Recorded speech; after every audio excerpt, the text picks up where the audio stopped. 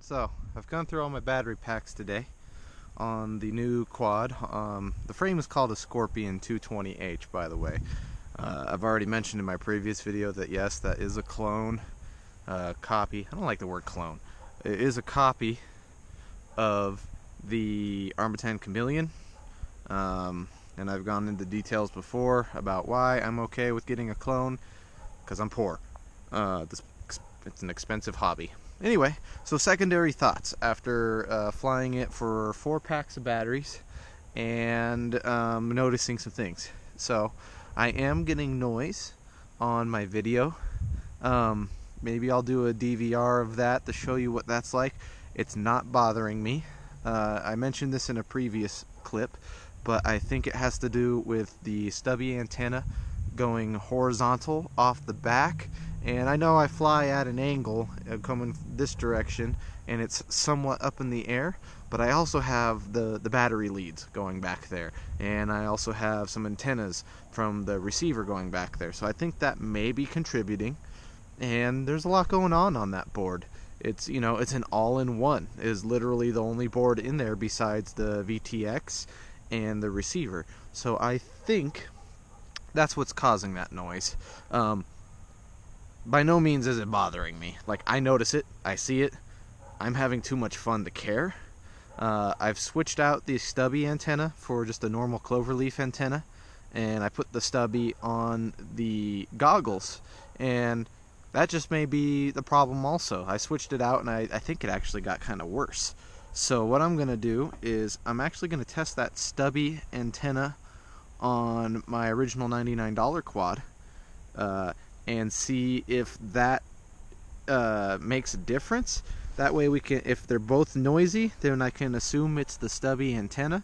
If one is if the $99 one is clean and my new build is noisy, the Scorpion build, then I can assume it has something to do with the board, and maybe I'll put in some caps or something like that, but I've never done that either, so I don't really care. Like I said, it's not bothering me. I notice it's there, but I'm having too much fun to really care.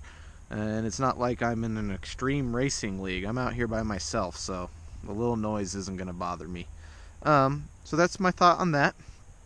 I did putz around a lot, did some flips, I punched it hard a couple times. Man, it's faster than my $99 one. Those motors are awesome. And what I'm going to say about those is when it came back down, cool to the touch. Now it is sunny and beautiful here today, but it is also 40 degrees, which not super cold, but probably enough to keep those motors cool. And so I'm, you know, I think that's fine. I think that the 30 amp for each ESC is fine. When I was done with my flights, the stats that I was seeing on the board, on my screen, say, you know, the max I was pulling was, I think, 75 amps, maybe 80. So, you know, divide that up by 4, and 20 per an ESC on 30 amp ESCs, no problem. So I think we're doing good there. And man, this thing's fast. I think I already said that, but I'm having fun with that.